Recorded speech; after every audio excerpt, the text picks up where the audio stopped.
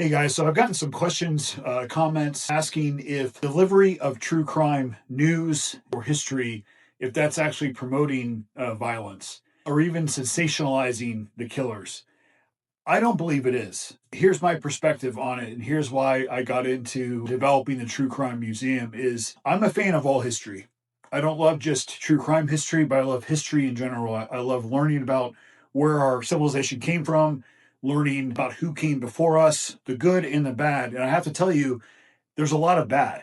There really is. That's why I developed the Dark Origins series. There's a lot of macabre and bloody history that led to the history that we have today. The important thing is we have to know it. We have to know where we came from. We have to know the people that came before us because it predicts what will happen in the future. So if we have a series of killers that we just forget about or don't talk about, didn't exist, it leaves us exposed for further violence. Think about what it's done now with as we've developed technology around serial killers, profiling, different technologies, VICAP, all these things came about because we were talking about these cases and people were connecting these cases across the country.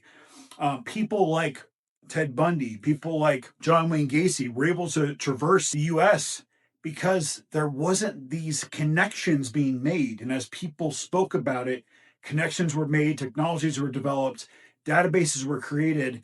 And that's why I think it's important to continue to talk about these cases and talk about these murderers, these animals, and the people they affected, because there's no reason to forget about the victims. And also remember, many of them, sadly, have connected cases that were never solved.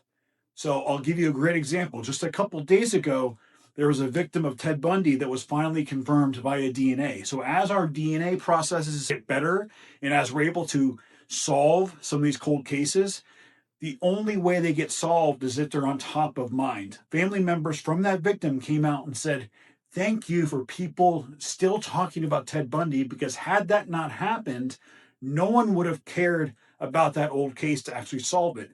And that's unfortunately the reality.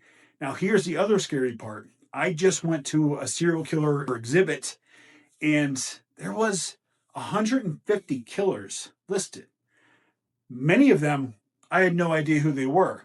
And the victims were in the thousands totaled up. So those are people that you have no idea existed that killed not just three or four people, but sometimes 20, 30, 40, 50 people that were never really reported, that aren't on a Netflix documentary, that aren't being talked about in a museum like this. So they're just out there. It happened, and it gives us no way to understand what could happen to us in the future. So this is a way for us to also protect ourselves, to learn the red flags, to learn that these people are monsters, but they're able to fit right into society. It's not a huge guy with a hockey mask or a guy with blades for fingers. That's movie stuff. These are people that look like the rest of us that fit in and do terrible things. And the only way that we can protect ourselves is if we learn about them and make sure that we don't forget who they are, what they did, forget these victims. We cannot do that. We cannot forget what happened to those people, and we cannot forget that there's many unidentified ones out there that still need to be solved. And with all that, we can protect ourselves and hopefully limit these types of animals moving into the future. So that's why I have built a museum around true crime. I think it's important for us to remember the history of crime, who has been a part of crime, and I think it's the only way that we try to ensure it doesn't repeat itself.